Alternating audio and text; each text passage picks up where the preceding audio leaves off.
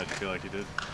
I think I did great. The coaches really loved it. I got to do a lot of linebacker, a lot of D-line, and it kept going. So I was able to show my stamina, my footwork, my hands, everything we put in to, the last 8 weeks, 12 weeks to get to this point. Why no vertical? Just because I feel like, the vertical jump, when you put force up, it kind of weighs in on your hamstrings, your quads. So I didn't want to have that really compile onto everything else I was doing. I wanted to make sure that everything was crispy and I got out of there healthy, which I did, so I'm happy. How did you handle after the combine when surely you knew when you left the field that was going to become a thing? So how did you handle just the days after when it becomes, everything you do is creating national headlines. You know that. And I love it, and I don't think I love it in a sense of, I just think it's to the point where it's something to talk about, and as long as people are talking about me and I consistently state who I am, and I know that I'm doing everything in my power to do things the right way, and I talk to the coaches and I'm creating a relationship and doing the things with the coaches, I let the media run wild. You guys can make what you want. It just gets me more followers. So what's been the most ridiculous thing you've heard about yourself during this process? I'm gonna be honest, I don't, the most ridiculous thing I've heard is that I'm not the best player in this draft, honestly, and that's, other than that, I don't really listen to everything else, but that to me is outrageous, just, with the film, with the numbers, and what I can do as far as my ability. I have confidence in what I can do. So what do you say to critics that kind of question your effort on the field? Just watch the tape. I feel like a lot of people, it's easy to see a snippet of something, because that's what media does. They cut stuff up and kind of frame it how they want to. Just watch the whole tape. You'll be able to see. Is it hard to not take that personally when that's kind of the critique that people seem to have latched on to? It's only hard to not take it personally when you don't know yourself. If you know who you are inside and you know what you've kind of gave to the game and you know the sacrifices that you make, I don't think you worry about it. Kayvon, you came to Oregon as a really highly touted recruit. When you look back on your body of work, where do you feel like your game, kind of grew since you got here? Everything. I mean, if you watch me, I get sick when I see freshman year tape, just because I know the player that I've evolved into today. So just being able to keep honing in on the craft. I always talk about it. Just keep, you use a knife 1,000 times, it's gonna get dull. So just continue sharpening and continue to keep going on my tools and really, being able to use them in the game. With all the criticism that you've faced, what's kind of the biggest thing that you've learned about yourself during this process?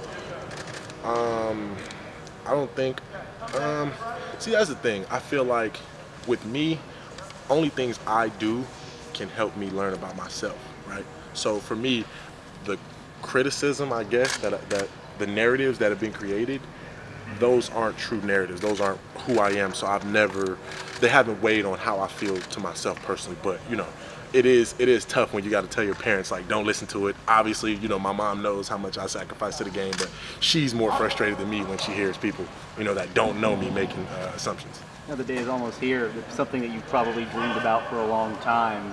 What do you think it's going to feel like when you get that call? Amazing. I feel like it'll be, I wouldn't say regular to me. I feel like it's going to be normal to me until I see my family. When you see the people around you, kind of, you kind of see how that, getting drafted and being a pick, affects them. I mean, that's probably gonna have me in tears.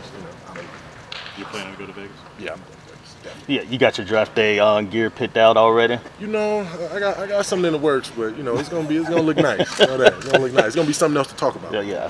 Hopefully they don't say I'm more worried on my fashion than the draft. That's probably what they'll say. They'll come up with something. What's the next 4 weeks look like for you? I'm traveling, meeting with teams, and training. Now it's all about playing. Like you're getting ready for the combine, but now it's about taking my training, taking my mental, taking everything to that next level. Now, I'm a pro, and I got to train like one, and I got to be one. How many top 30 visits do you guys have lined up? I'll say max of 5. Max? Yeah.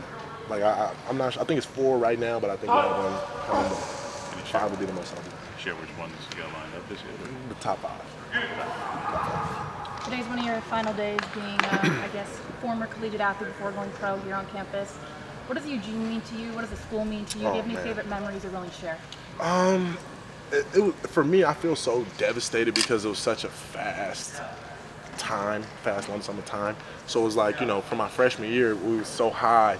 We were just living on this high, and then COVID happened, and it just shut everything down. But just being back in Eugene, I almost cried, when the plane landed. I'm like, damn, I get to really be back in where it all started and where I put in the most work. So just, you know, going around campus and having people really be proud of the work that I did and proud of things, and then seeing the younger guys come up and being able to really be like a role model to them.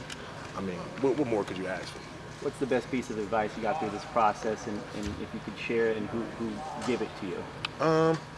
I would say stay true to you. You know, I reached out to Von Miller and I reached out to Aaron Donald, you know, just talking about how their process went and what to do. And, you know, Aaron Donald was a guy who was overlooked, and he was a guy who, you know, people didn't even, they thought he was too small, whatever. There was the criticism, whatever it was, right? It was there. And for me, you know, we had a talk just about being who you are and being confident that everything you've done to get you to this point is what's going to keep you going. So don't really worry about the people who aren't putting in the work with you. You gonna plan to go work with Von at his Pass Rush Summit, whenever that we got to figure out how it's going to be, but yeah, I'll definitely plan to make that. How many formals did you end up having at the time? Interviews? Yeah. 15, 20. Like, it was pretty hectic. How did you feel like you did in the coverage drills today? Yeah, I did great. I feel like I dropped a pass. That was terrible. So I ran some gases after. I don't drop passes, so yeah, that hurt. It was a little underthrown, but other than that, I feel like I was able to show my stamina, I showed my footwork, I showed the detail and, you know, the things that I know about the game, and then the burst, and I feel like I did pretty well.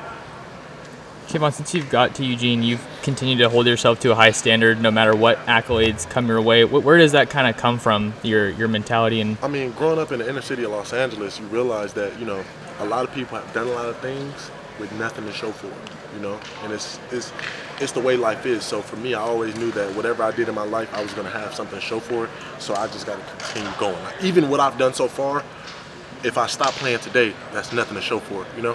So for me, I got to keep going to the top so that, you know, I live out the legacy that God has bestowed me with. Kayvon, I know you're excited about Anthony Thomas potentially participating. Were you upset that he wasn't able to do it? I kept asking about Black Mamba. I kept asking. They say he already signed, and, you know, whatever, you know, the situation, whatever happened. But that would have been, you know, that would have been just dope to just see it and be out here with him, chop it up. But yeah, you know, he's on the bigger and better things now. You talked to Devin much? Devin Allen, yeah, we chopped it up. I thought he was gonna run 3.9, you know, but nah, we joked about it. But yeah, we haven't been able to chop it up. All right, thank you. Thank you. thanks, Kayvon.